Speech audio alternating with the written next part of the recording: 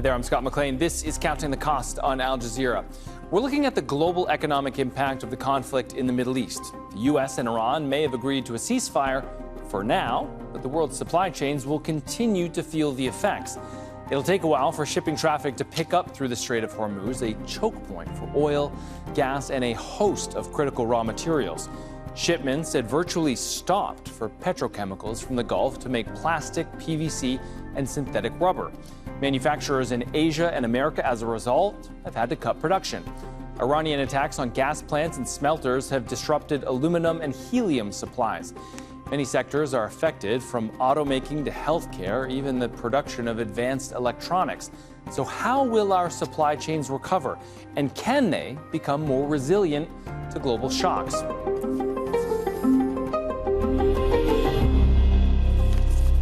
Well, global markets are reacting with cautious optimism to a two-week ceasefire between the U.S. and Iran. The conflict had disrupted global supply chains for more than a month. Raw materials from the Gulf haven't been able to reach the rest of the world. Iran's effective shutdown of the Strait of Hormuz has not only blocked critical transit of oil and gas, but also the flow of almost all shipping that carries important commodities. This chart shows the dramatic drop in shipments in 1 month. The majority are tankers, shown there in green. The rest represent containers, machines, and dry bulk like coal, iron ore, or grain. This accounts for almost 40% of all shipping. The Gulf produces around 8% of global aluminum supply. 30% of that goes to Europe and 20% to the U.S. The region has some of the world's largest aluminum smelters. Around 1/3 of the world's helium is sourced from Qatar's Ras Laffan hub. The gas is crucial for the aerospace and semiconductor industries, as well as magnetic resonance imaging, or MRI. Helium is a byproduct from Qatar's liquefied natural gas production. The Middle East supplies half of the world's sulfur transported by sea. It is widely used in fertilizers and industrial processes. And roughly half of the world's traded urea, another component in fertilizer, is exported from the Gulf via the Strait of Hormuz. Supply disruptions would reduce agricultural output and, of course, push up food prices. We'll bring in our panel to discuss all of this in a moment, but first, this report by Imogen Kimber. 2 aluminium plants in the Gulf hit by Iranian airstrikes. Emirati's Global Aluminium in the UAE, it says it may take a year to repair the damage. And the world's largest single-site smelter, Aluminium Bahrain. It's reduced production by 19%. The hits took place on a Saturday. By Monday, global aluminium prices had reached a 4-year high. Aluminium prices had already doubled since the US-Israel-Iran war began in February. That's because 9% of the world's aluminium is produced in the Gulf, and with the Straits of Hormuz restricted, the aluminium supply chain was restricted too. But it's not just aluminium that's affected. All roads now lead to higher prices and slower growth. We have a significant impact from oil, from gas, and from the interruption of supply chains from fertilizers to helium. Qatar usually makes about 1/3 of global helium. It's a byproduct of natural gas processing. But production was on hold since Qatari liquefied natural gas production hub, Ras Laffan, was damaged. One vital use of helium is MRI scanners. But 20% of the world's helium is used in semiconductors. They're needed for almost all modern electronic devices. Major chip makers in Taiwan, South Korea, and China are the most heavily impacted so far. Sulfur is a key component of batteries. It's a byproduct of refining oil and gas, and so 45% of global supplies comes from the Gulf.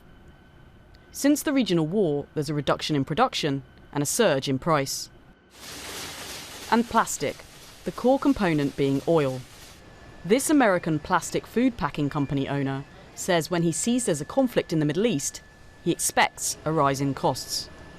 Friday night, when I heard the news that we were bombing Iran, I knew on Monday morning we were going to be getting letters from the petrochemical companies raising the price of plastic. And sure enough, Monday morning, the first increase letter came in. But he says that this price increase goes beyond what he's seen before, and it will take months after the conflict ends to stabilise. Since plastics are used in virtually everything these days, consumers can expect the prices on almost everything to be affected for a while. Imogen Kimber, Al Jazeera for Counting the Cost. All right, let's dive deeper into this with our panel of guests. Joining us now from Oxford is Ian Golden. He's a professor of globalization and development at the University of Oxford. In Peterborough, also in the UK, is Ben Farrell. He's the CEO of the Chartered Institute of Procurement and Supply. And in Geneva is Adrian Monk. He's the editor of the Seven Things newsletter and a senior advisor on AI and technology to the United Nations. Thank you all so much for being on the show. Adrian, we'll start with you. We're talking about fertilizer, aluminum, helium, plastics, oil and gas. All of these things have been hugely affected by this war. Do you think that the United States understood the economic impact that this would have before they decided to go to war in the first place? It's hard to believe that they wouldn't have had a very comprehensive briefing on all of the impacts of this kind of action.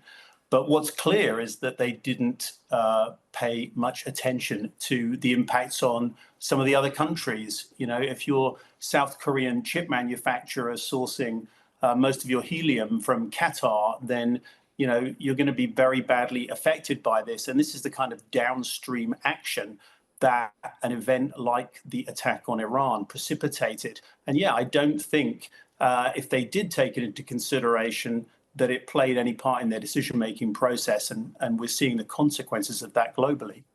Ian, I wonder if there's a way for us to quantify how much more expensive daily life is going to be for people. I mean, how much of these price increases are going to be absorbed by manufacturers or industry, and how much of this is ultimately going to be paid for by the end consumer? I think we've already seen that gas prices have gone up in many countries by 30, 50%. There have been strikes in some countries of farmers who can't get diesel fuel. We're seeing food prices. And of course, interest rates aren't coming down.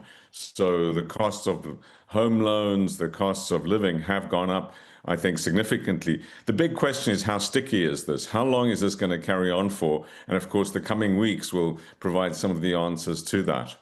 Ben, I want to ask you about something that it's hard to think of, something that doesn't have plastic in it. It's obviously such a big part of our lives these days. How much do you think this is going to push up the prices of plastics?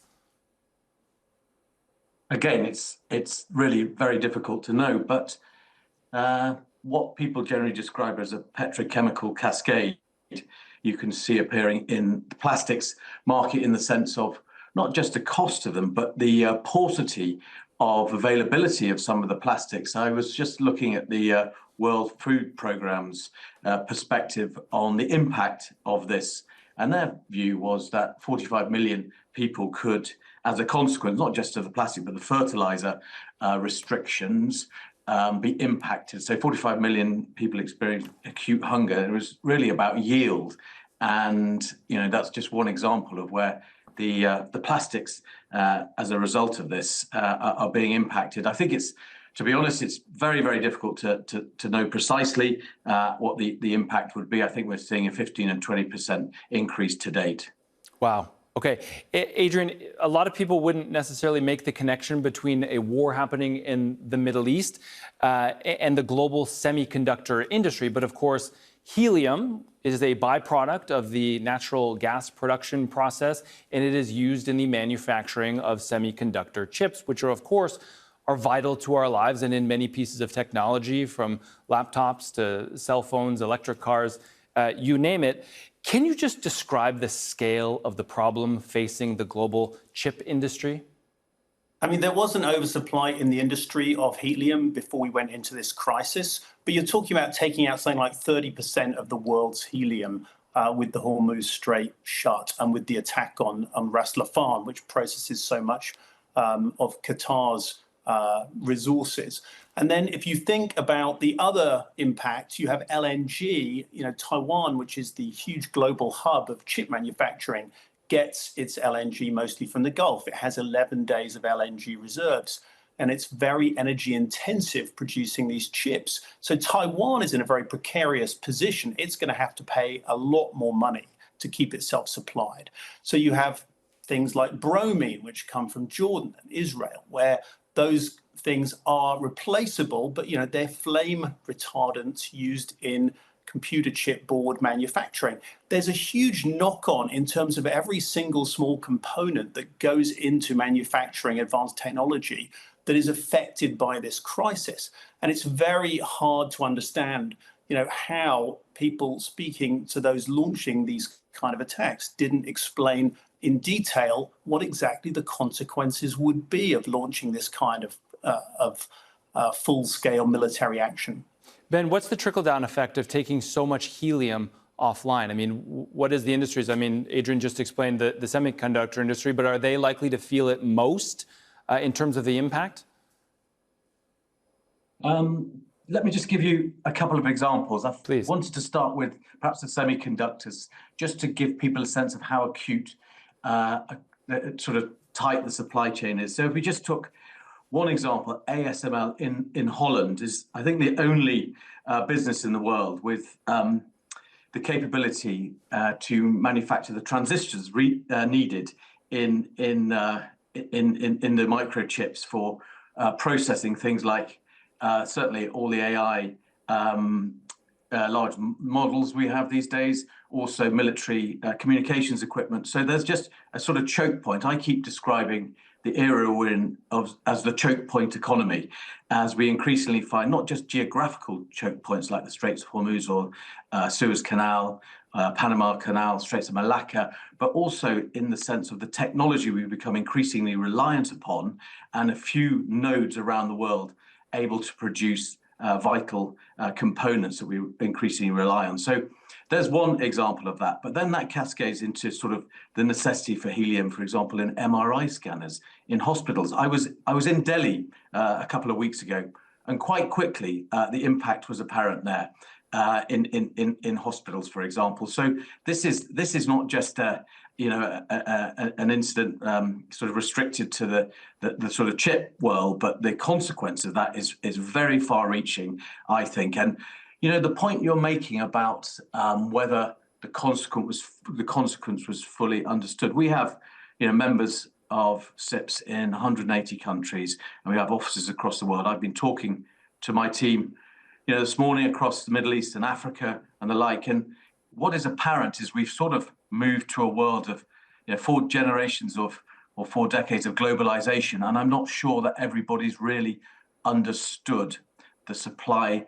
trade implications of that globalization until something like this happens. And now there's a sort of dawning reality, because often organizations and nations don't really understand the length and breadth of their supply, in 3rd and 4th order tier suppliers. So I think this is going to surface a conversation about the necessity to think about resilience and understanding your supply base. Can I just quickly also ask you, Ben, about aluminum? We've seen 2 aluminum facilities in the Gulf that have been hit by Iranian strikes, but you've also seen this entire Gulf region importing less aluminum. Do you think that these sort of less demand or less imports is going to offset the lack of supply and prices may not jump too much? Do you know what? The evidence we've got so far is that has not been played out. I don't think that anyone's considering the supply and the demand in a rounded sense in the way you're describing it at this stage. But I think we have to be realistic about where we are in terms of the volatility of the market. We spent a lot of time talking to our teams around the world and professionals in procurement and supply about managing the markets, managing price volatility. And typically what they say to me is we see the prices going up very quickly and coming down much less quickly. Very slowly. We've got to see how that all plays out. All right, Ian, I just want to show you our viewers 2 graphs that really show the prices of sulfur and urea. Both of them are used in fertilizers, half of which comes from this part of the world. Notice they both shot up right when the war began. So, Ian, what will be the impact on agriculture, and especially in places like Africa, where so many people are already struggling to afford food? This is really a devastating impact on many people around the world, farmers. It's the northern hemisphere's planting season. In the southern hemisphere, climate change is impacting, and there's a need for more fertilizers, more sulfur, more nitrogen in the soils. So we're seeing very rapid increases in prices. We've had a couple of shocks already. The Russian invasion of Ukraine led to a big shock. Before that, COVID led to a big shock in supply chains. And so this is increasing the fragility of agriculture and will certainly undermine yields in Africa, but also in the Northern Hemisphere. We're going to see this reflected in food prices. Increasingly, I think what we'll find is that those crops which are intensive in this, so that's all the food crops as well as vegetables, salads, etc., will be greatly impacted, and we should expect higher prices.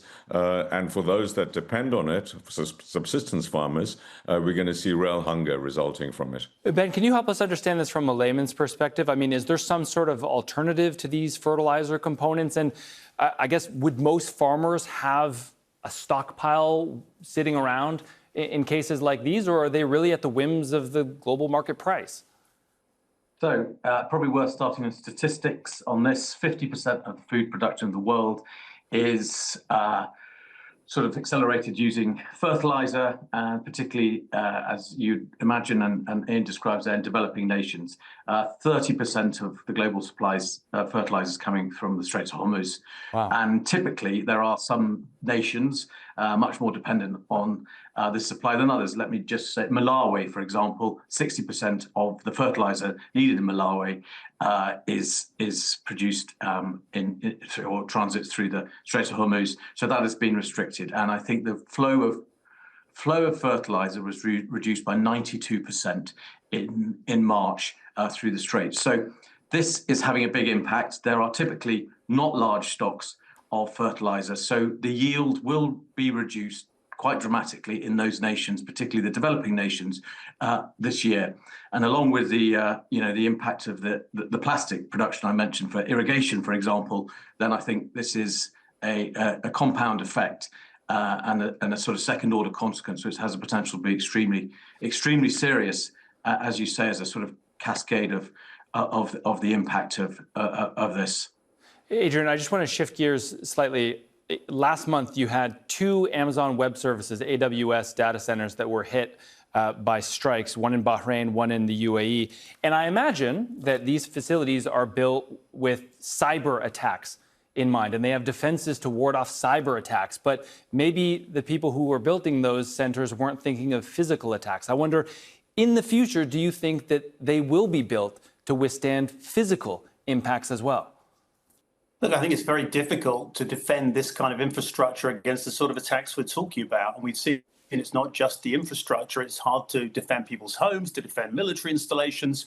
You know, we're in a very different world. The Gulf has made a huge bet on AI, rightly so, but it's a bet that's built on security of logistics, on peace, and on cheap energy. And all of those things have been put into play by what we've seen in the last couple of months. I think that is a profound question going forward. It doesn't mean that that bet is not a wise bet, or that it's not important, or that the region doesn't have resilience there. But we've certainly seen with this attack just how vulnerable some of the systems on which we think we rely for our everyday use are. And I think, underpinning all of this is a question I think both Ian and Ben have alluded to, which is, the global system was underpinned by US naval power, freedom of navigation secured across from Malacca to Hormuz to the Red Sea. And we're seeing the kind of withdrawal of that universal guarantee now. And I think this is the question of who pays for that we're going to all be facing in the coming months and years. Ben, I want to ask you about alternative routes. Obviously, when it comes to oil and gas, you have some pipelines in this part of the world that can pick up some of the slack. But when we're talking about plastics and fertilizers, obviously you can't put those things in a pipeline. Do you think we'll get to a stage, or maybe we're already there already, where you can take some of these things and transport them by road? Do you think that we're going to see a surge in capacity, a surge in transport trucks taking these things around the world, or is it just not really viable financially? The capacity doesn't really exist to do that. The immediate response we saw, because we have offices and members across the Middle East was, I could see it live on our WhatsApp channels, were people replanning, looking for alternative ports, air freight, for example, but quite quickly the capacity was absorbed.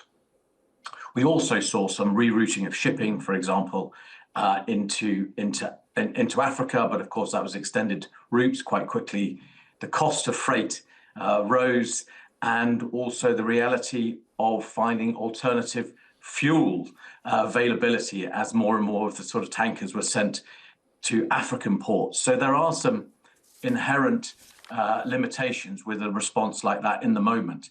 But it does, for me, raise the issue of what I'm beginning to increasingly call the necessity to understand a supply web, not a supply chain. So people can pull on different parts and look at alternative routes and sources of raw materials, for example.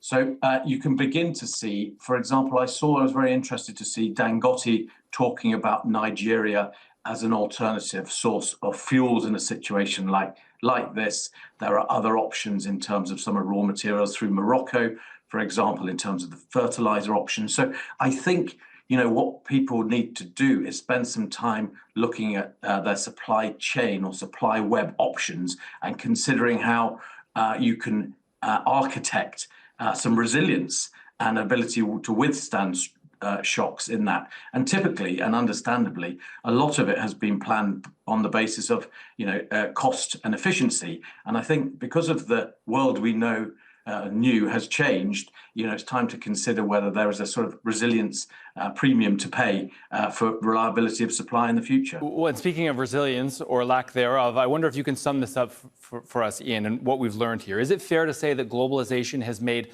products cheaper for people, but it has also made the global supply chain or supply web, as Ben calls it, a lot more delicate or fragile? Yes, in many respects, that's true. Things are cheaper. We have many more sources, and it's more fragile because it comes from further. But it's also made it more resilient. I mean, what globalization has done is given us multiple suppliers, different countries, different options to work with. And so we need to use that strength of globalization, which is a network around the world, to draw in other suppliers. Nearshoring, simply relying on ourselves, does not necessarily build resilience. If you only rely on one or two domestic companies, you're no more resilient and things can happen at home. So I think we need to see this as a way of diversifying supplies, as a call to ensure that we have more stocks. Lean and mean, having very tight supply chains might drive down costs, but it also makes it a lot more fragile. And the whole system has become more brittle as a result. And clearly there's going to have to be a big rethink about the amount of investment we have. We tend to, when the mark-to-market accounting, we tend to say that holding stocks is bad. And I think there will be a rethink of this, that how many people are able to sustain shocks like this in the future, and that'll be seen as a strength, not as a weakness. One of the results of all of this is that we may end up with something like a toll on the Strait of Hormuz. And Adrian, surely there are other countries that are watching this and thinking, hey, they just cut off this global choke point and it didn't even take that much effort. And even the world's great superpower, the United States, couldn't reopen it by force. Do you think that in the future, other countries may look to weaponize some of these other global trade choke points? I think it's a real danger. I mean, if you actually look at the origin of the laws on this, one of the big moments in opening up the seas was when the United States refused to pay a toll for entering and leaving the Baltic to Denmark back in the middle of the 19th century. And that was one of the first steps towards opening up the maritime kind of waterways and the freedom of the oceans.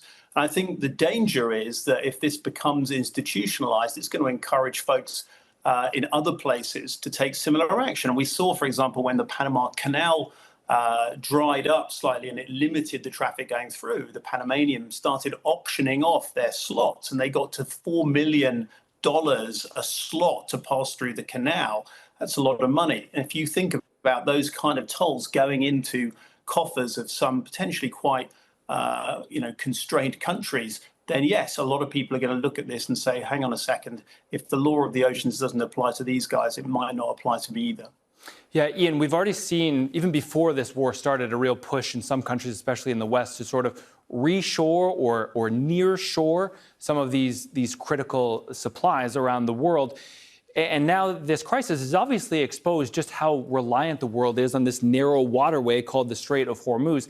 Do you think the future looks a lot less globalized, or do you think the future looks a lot like what we have? I think we will actually see a more integrated future. The attempt by the US to become more insular, the protectionism, nationalism is going to be shown to be very negative for the US. It's going to lead to slower growth and higher poverty in the US. The world economy is really going to be moving towards Asia. Asia's opening up. It's integrating more. India's opening up more. China certainly is joined at the hip to other countries. And although there will be need for greater resilience, I don't think the lesson is more nationalism and more protectionism works for us. So I'm optimistic that what we're going to take from this is more regional integration. And by the way, that also applies to the Gulf. I think we'll see that the Gulf countries are going to be more cooperative, both politically and economically. And for example, long pipelines across the Gulf, things like that, better traffic passing through the Gulf, and an ability to get past some of these choke points will, I think, be the outcome, rather than each Gulf country becoming more insular as a result. Ben, final word to you. Do you agree? Is the future more globalized? Yes, I believe so. And it was on my mind, actually, as Ian was talking about that. If we look back to the conversation about Greenland and the northern sea, as the ice caps sort of melt and that route opens up, there are already essentially new routes opening up to mitigate the risk. The other thing is, I think that humanity has, for many, many years, aspired to, essentially ally with neighbors and to expand its horizons. So I think it would fundamentally go against human ambition and instinct to deglobalize. So I think it's a reality of where we are, and we just need to accept there is a requirement to manage that effectively. Ian Golden, Ben Farrell, Adrian Monk, it's a fascinating discussion. Thank you all so much for your time today. We appreciate it. Thank you. Thanks, Scott. And that's our show for this week. You can get in touch with us on X. My handle is @ScottMcLean. Make sure to use the hashtag AJCTC when you do. Or drop us an email. Countingthecost@aljazeera.net is our address. And there's more for you online at aljazeera.com/CTC. That'll take you straight to our page, which has individual reports, links, and entire episodes for you to catch up on. That's it for this edition of Counting the Cost. I'm Scott McLean. For the whole team here in Doha, thank you so much for joining us. The news is next here on Al Jazeera.